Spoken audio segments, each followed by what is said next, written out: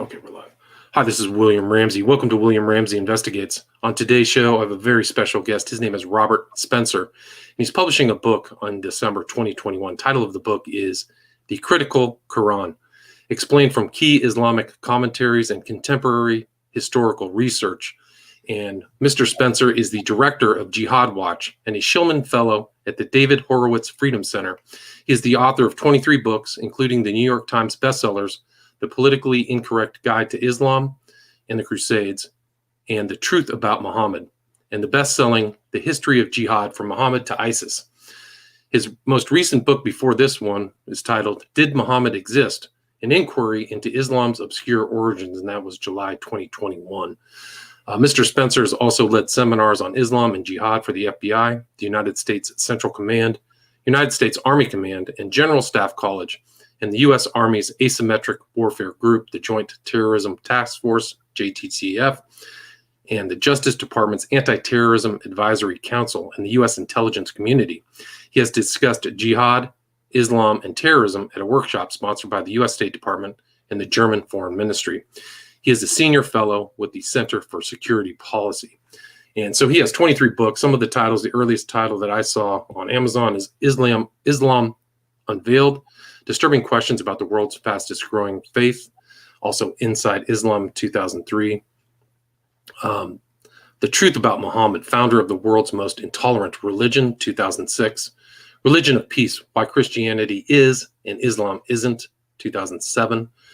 Also, he wrote one with Pamela Geller titled The Post-American Presidency, the Obama Administration's War on America, and The Complete Infidel's Guide to ISIS 2015.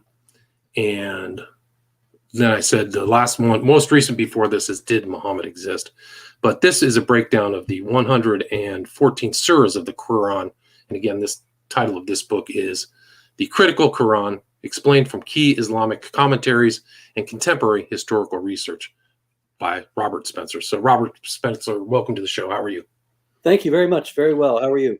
I'm doing great, thanks. Thanks for agreeing to the interview. For people who may not know your background, your extensive background, and all your research, can you kind of do an overview of your books and what led you to write The Critical Qur'an? Yeah, absolutely.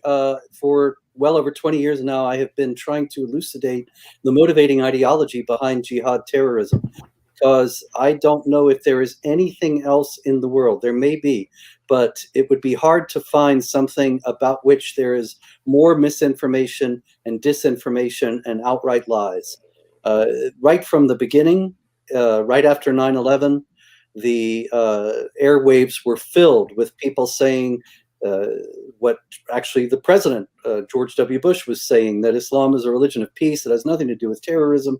And the terrorists do not have anything to do with Islam. Now, unfortunately, I really wish it were not the case, because it's just a lot of trouble. But nonetheless, it is a fact that Islam actually does have doctrines of violence, of warfare against unbelievers, that have justified violence and terrorism throughout the 1400-year history of Islam, and do so today. And that they were behind, these ideas were behind the 9/11 attacks and other 40,000 other jihad attacks that have taken place around the world since 9/11. So this book now, The Critical Qur'an, is the culmination of 30 years of research on the Quran, and it is an attempt to provide what has been lacking to a tremendous degree up to now, and that is an honest translation of the Quran. You find that a lot of translations are misleading, some of them not even intentionally misleading. But for example, all translations of the Quran into English say, strive hard in the way of Allah. And this is something that's repeated several times in the Quran. It sounds like it's telling you to pray more and be nicer to people and so on. Strive hard in the way of Allah.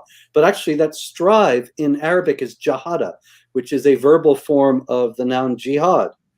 And when a Muslim reads the Quran in accord with the traditional and mainstream Islamic understanding, it means strive hard in the way of Allah means wage jihad, take up arms, fight in a hot war against people who do not believe in Islam. And so this translation says wage jihad in the way of Allah, and explains in the commentary how mainstream Islamic scholars have understood the passages. There are many other cases. For example, chapter 4, verse 34. This Quran says, good women are obedient, and as for those that are not, give them a warning, send them to separate beds, and beat them. Whereas if you read a lot of other translations, they say, beat them lightly. But the Arabic doesn't say lightly, it just says beat them, and that kind of thing. So this is the first honest translation of the Quran. Gotcha. Plus, and sorry to interrupt, but who did the translation for this version? Yes, I did. You did? Okay, great. So you actually translated from the original Arabic. I translated it primarily actually comparing the earlier English translations with the Arabic and trying to come up with something that was clearer and more accessible to English-speaking audiences. A lot of Qurans also in English, they actually deliberately, it seems to me, obscure the text. For example, two of the major translations of the Quran into English are, one was written by an English convert to Islam named Muhammad Marmaduke Pickthall, and the other a native-born Muslim named Abdullah Yusuf Ali. And they both use the language of the King James Bible with these and thous and this and that. You know, people don't talk that way anymore. The King James Bible was written in 1611. People don't, as a matter of fact, even Christians, for the most part, don't use it today. And so those translations, you can read them and not really have any idea what the heck is going on.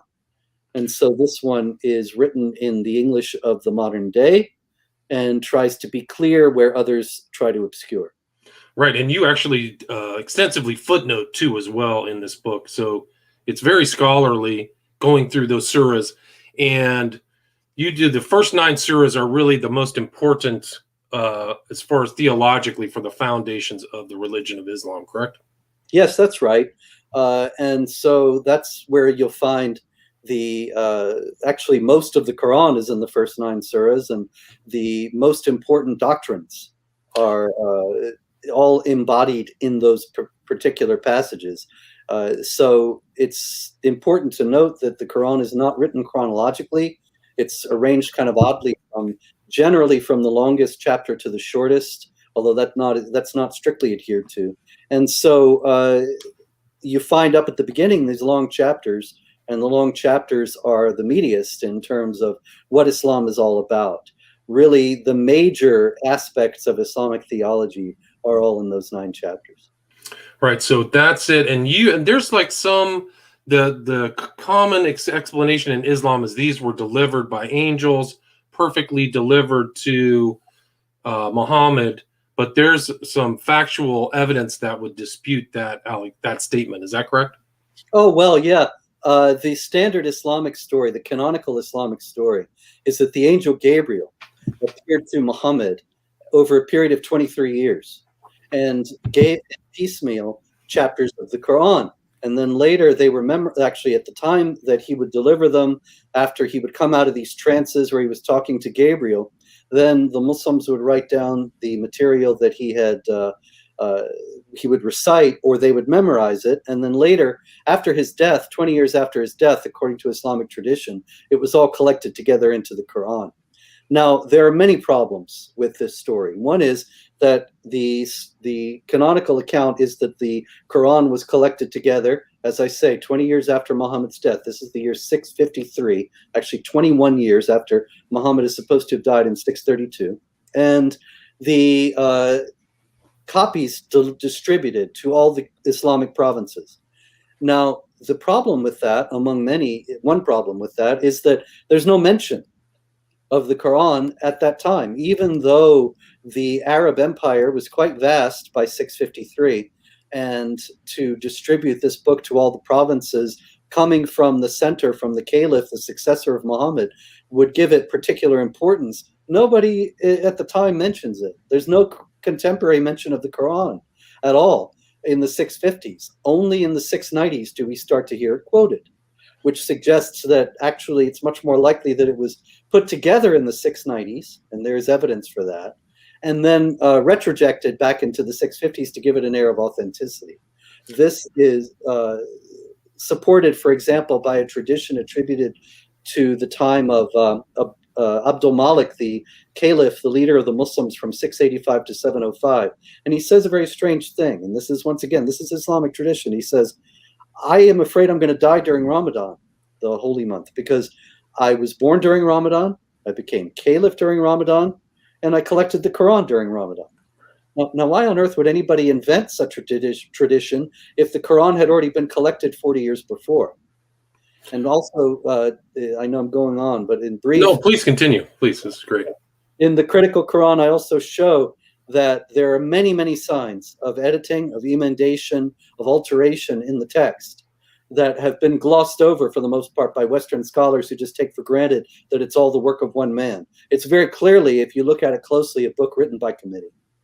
Wow. I mean, it's really incredible because that is the real foundation of the religion. It's going against it if it's been changed. And also, my understanding is that the version of Arabic was much different and rudimentary, and there's different, you say there's 7 different variants. Can you talk about some of the linguistic problems with it being received right by Muhammad?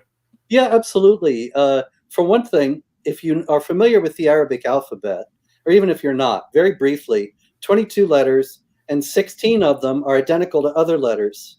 And the only thing that distinguishes them in form is the dots, the diacritical marks that go above or below the letter. So in other words, you have like a kind of a slash, and just by itself, it's an R, and then you put a dot over it, it's a Z. Or do I have that backwards? It doesn't matter. The thing is that the original Quran manuscripts, they only have the letters, none of the diacritical marks. So that means that there's a great deal of slippage in terms of possibilities for what the words could be, even in the basic Arabic. For example, in here, I have it right here, the Critical Qur'an. Just got the advanced copies the other day.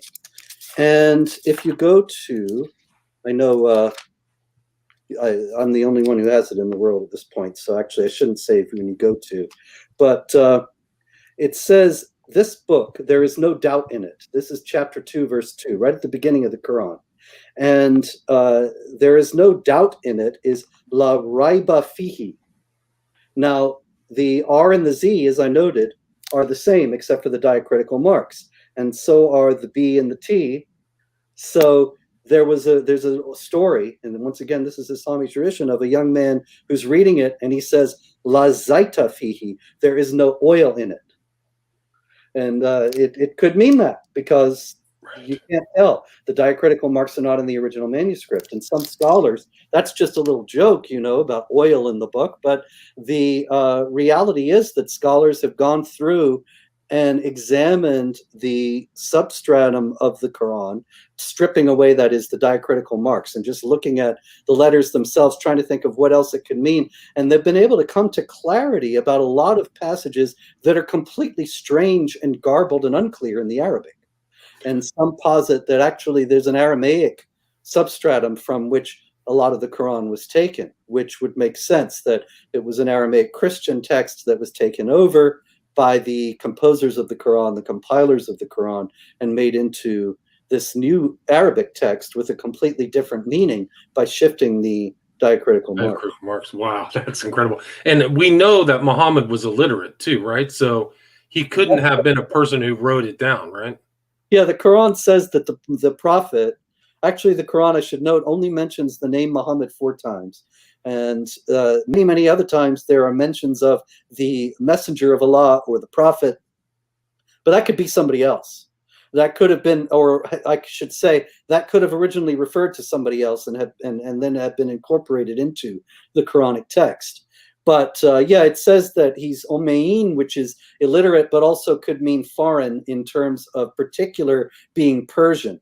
And that may actually indicate that he had to answer claims of being Persian, not Muhammad himself necessarily, but let me explain, back up a bit.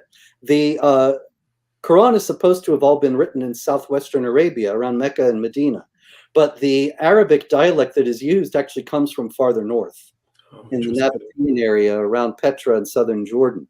And the compilers of the Hadith, the reports about Muhammad's words and deeds, are mostly Persians.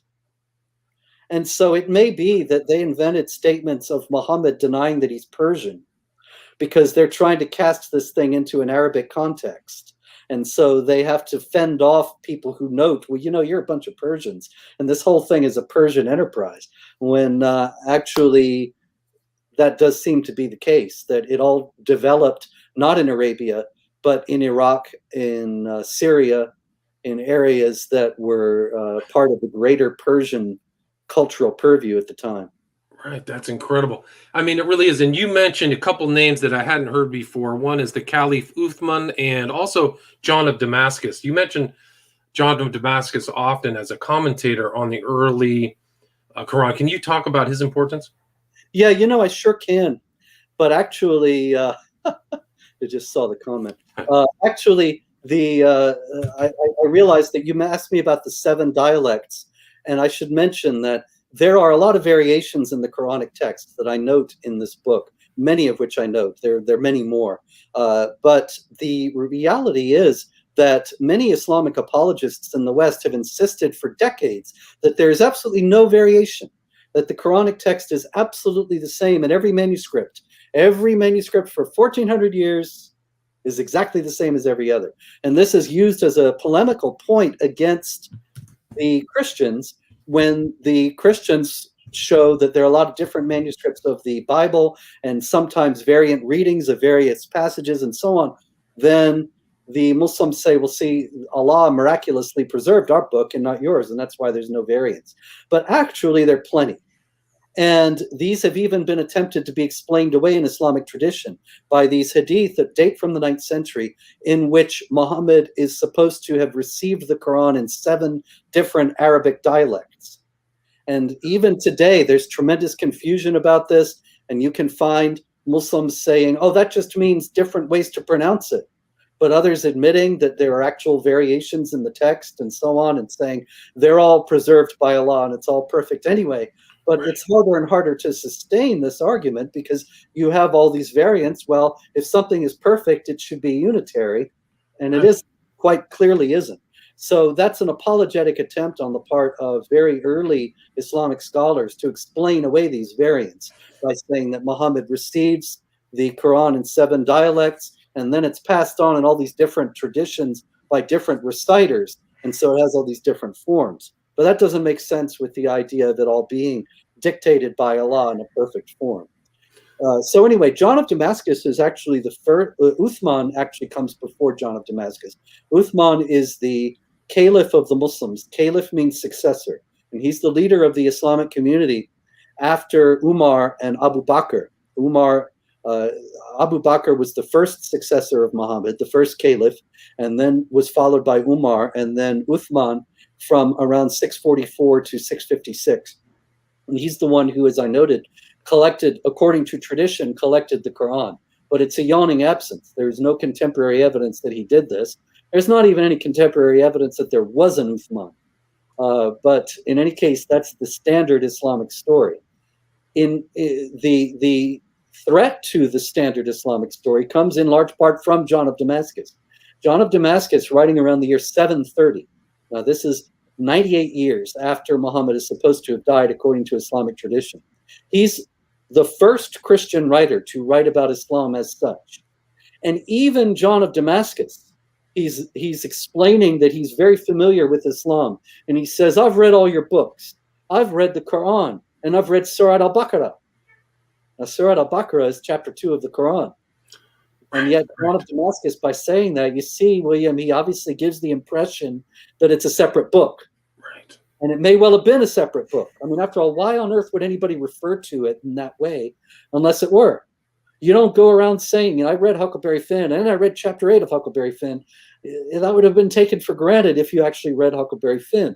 So it's the same thing with the Quran here. If John of Damascus read it and Surah al-Baqarah was in it, then he didn't have to specify that. But if Surah al-Baqarah was not in it, then that indicates that the Quran was not collected at the time of Uthman and was not even finished being collected at the time of John of Damascus, 50, 60 years after Uthman. Right. So, I mean, it goes to the central this is a divine origin document, when there's a real questions there, a lot of questions that haven't really been concluded. If you look at all of those, commentators and stuff like that, this document may not have been totally compiled. And I think you write in your book, it's not the way that it's laid out isn't a pure straight narrative, right? Or Yeah, sure. Can you talk about that? It's a very difficult book to read, as a matter of fact. I mean, that's one of the reasons why I wrote the Critical Qur'an, because it is such a hard book to read, and yet it's so important for geopolitics. A lot of people think, oh, that's all over. The war on terror is history, and this is a thing of the past. But actually, the jihadis believe they're fighting a 1400-year war, and they don't believe it's over. And we're going to be hearing from them again. And the Quran is what motivates them.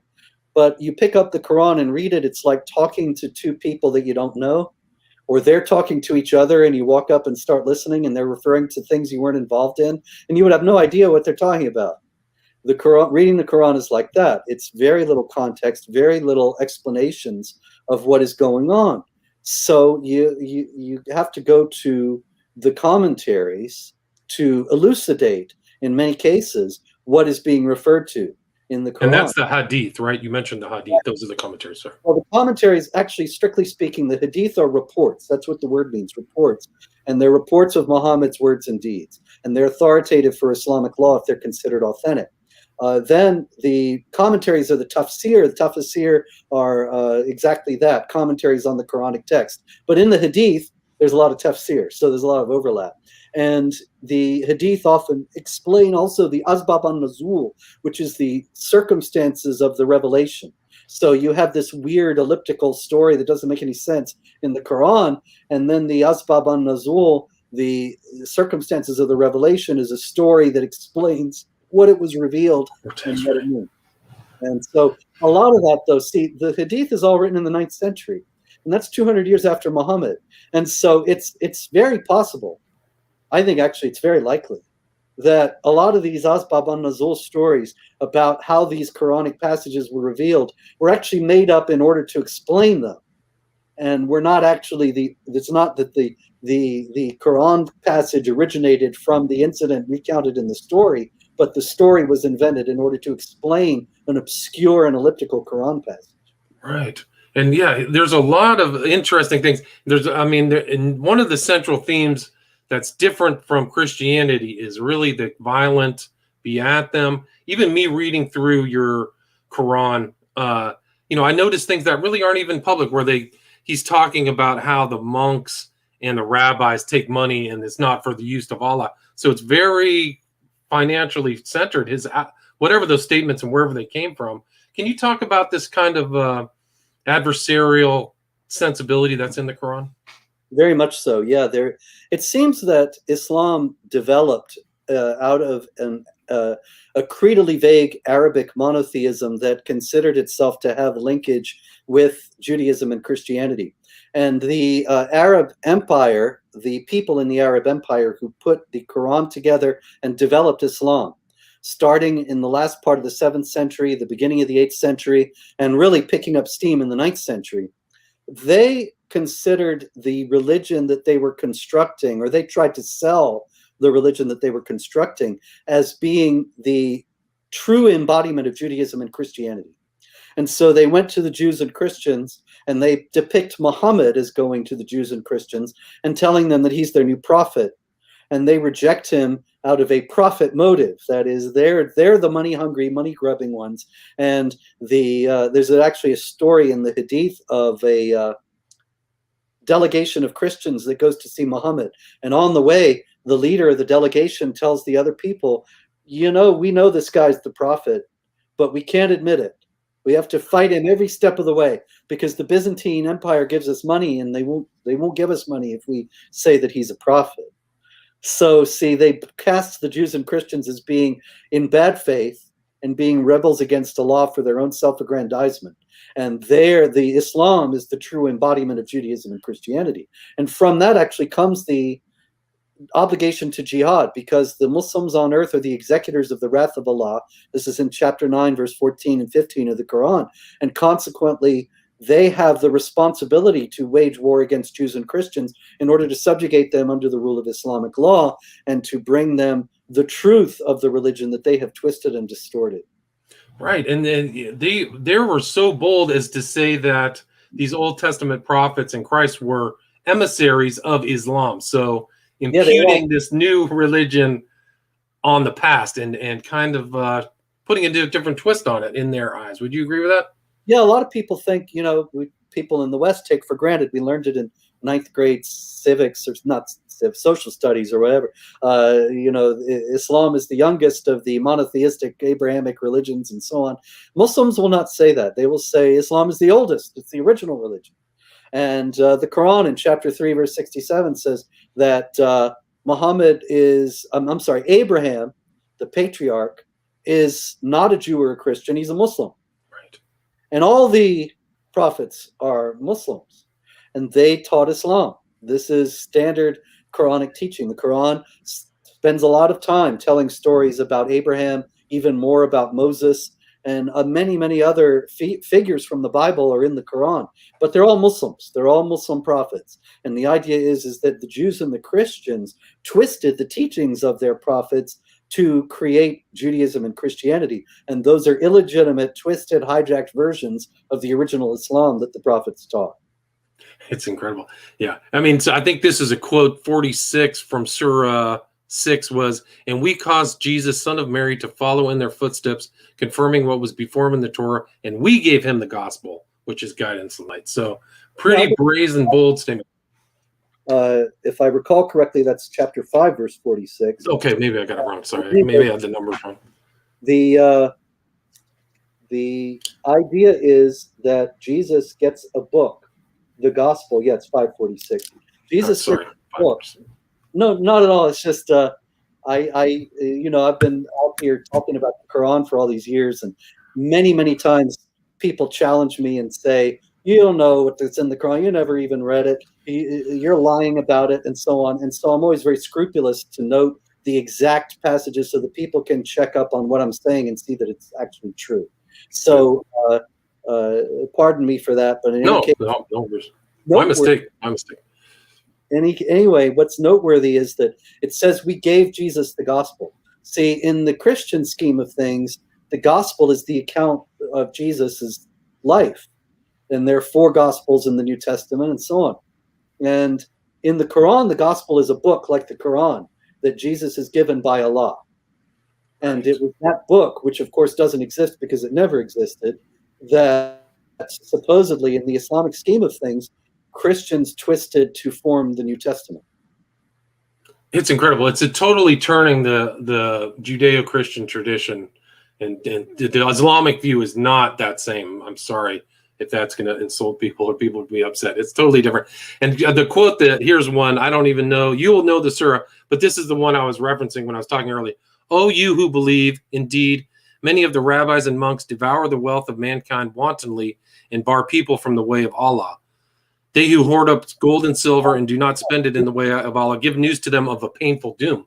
So really kind of 931. So these are very aggressive things based upon kind of there's a financial interest or a material wealth kind of element. And you also mentioned the Jizya is one of the doctrines in there too. Can you explain the Jizya that was in the first 9 surahs? Yeah, actually, sorry. 931 is actually they've taken as lords besides Allah their rabbis and monks. But yeah, it's just the same kind of negative passage. And the Jizya comes right before that. Chapter 9, verse 29 is fight against those who do not believe in Allah or the last day, and do not forbid what Allah and his messenger have forbidden, and do not follow the religion of truth, even if they are among the people of the book, which is the Quran's term for Jews and Christians primarily, until they pay the Jizya with willing submission and feel themselves subdued. So the Jizya is a tax that the Jews and Christians in Islamic societies have to pay for the right to live, basically, because otherwise their lives would be forfeit. They would be considered to be kuffar harbi, infidels at war with Islam.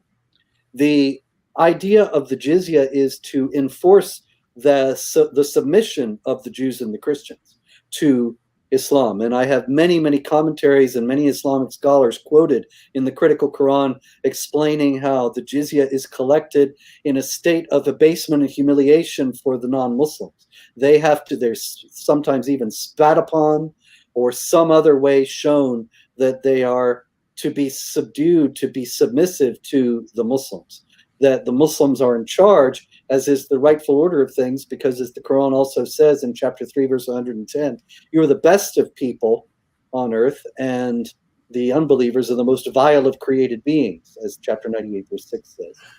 Right, and there's one in there, I think one of the surahs is the Sabbath breaking Jews who were transformed into apes, so there's some kind of strange stuff. But sorry, please continue. That's chapter 2, 63 to 65. It's also in 5, 59 and 60, and 7, 166, that the Jews who disobey Allah are transformed into apes and pigs. And you find this even to this day. You'll find jihadis, Hamas terrorists, or others saying, we're fighting against the children of apes and pigs.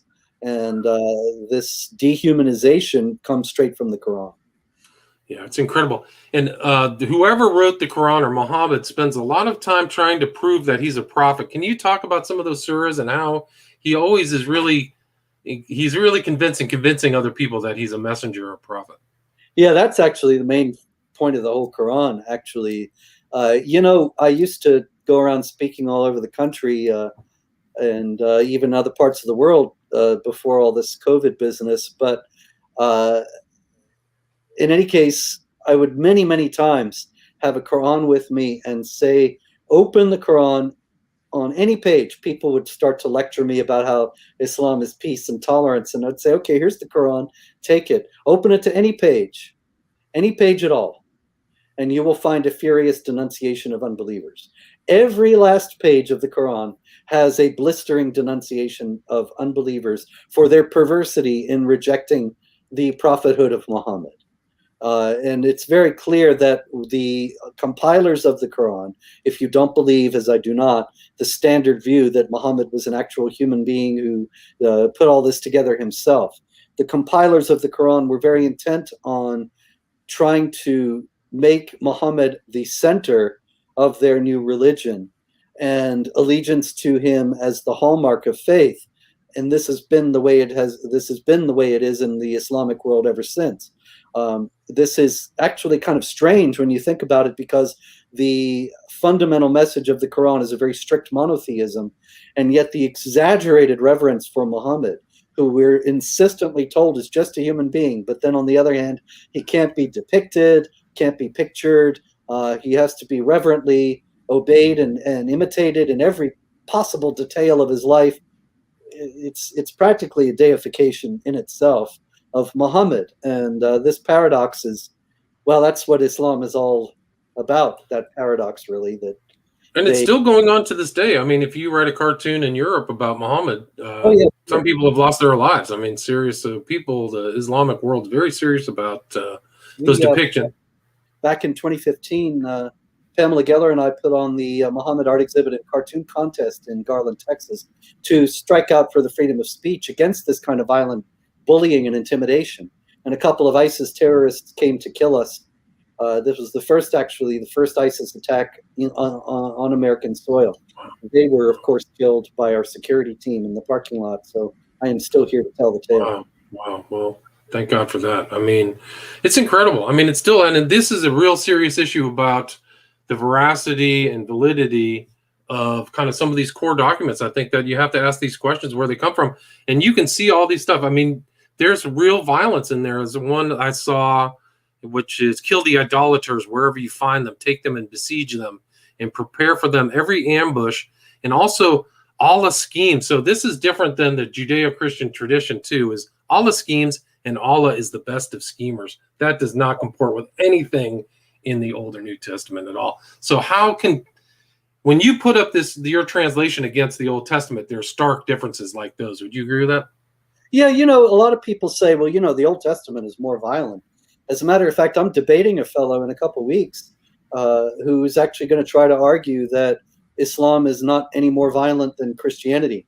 And I know that even without having spoken to him yet, I know that a lot of his argument will be based on Old Testament passages that he will press me to say are moral and good because they're divinely inspired and so on. This comes from a fundamental misunderstanding of the nature of inspiration in the Jewish and Christian traditions, and a fundamental misunderstanding of the fact that these passages are all descriptive. They are told, various people are told that they need to kill, and that is very problematic. There's no doubt about it, and it has preoccupied Jewish and Christian exegetes for centuries. But it's vastly different from the Quran, which tells in open-ended ways all believers to fight and wage war and kill unbelievers. And so those are not descriptive passages, they are prescriptive passages that prescribe behavior for the believers. There is no call in the Old Testament or the New to imitate Joshua or these other people who are out killing Amalekites or whoever.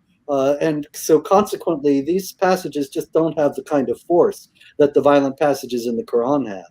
And unfortunately, we see that played out in the fact that there have been 40,000 jihad attacks around the world since 9/11 and 1,400 years of jihad attacks before that, whereas there's no comparable violence. Certainly there have been Christians who've been violent, but not in the same kind of thoroughgoing way, and not while pointing to their religious doctrines to justify what they're doing. Right. I mean, there's definitely a distinction there. Is there anything that you'd like to add? Anything I missed before we wrapped up? Where's the best place to get this book, The Critical Qur'an? Well, Amazon hates me, but I'm still there for now. And they are pretty much the only bookstore left, them and Barnes & Noble. It's still available at those. If you have a brick and mortar bookstore, you should be able to order it there. Any self-respecting bookstore should be happy to do that. So you can find the links to Amazon and Barnes & Noble at my website, jihadwatch.org. And do you have a website or a place where social media that you'd like to share? Yeah, besides jihadwatch.org, I'm also on Twitter at jihadwatchrs. There is a Jihad Watch Facebook page also, but it is so shadow banned, I'll bet you won't be able to find it. I bet you could tell stories about you for 25 years in this kind of environment. I know some other critics, and they've had it rough. I mean, it sounds like you're very fortunate. So I'm really delighted to have you and talk about that subject. Again, the author's name is Robert Spencer. Title of the book, which is being published December 15, 2021, is The Critical Qur'an, explained from the Key Islamic Commentaries and Contemporary Historical Research. And we really just covered the first part of it. We only went into like the first 15 surahs. There's a lot more to the book. And extensive footnoting too. So you can see where Mr. Spencer is referencing all of some of the statements that are in the Quran. So I highly recommend people check that out. Thank you so much for your time. Thank you. Pleasure. All right, take care. Stay there.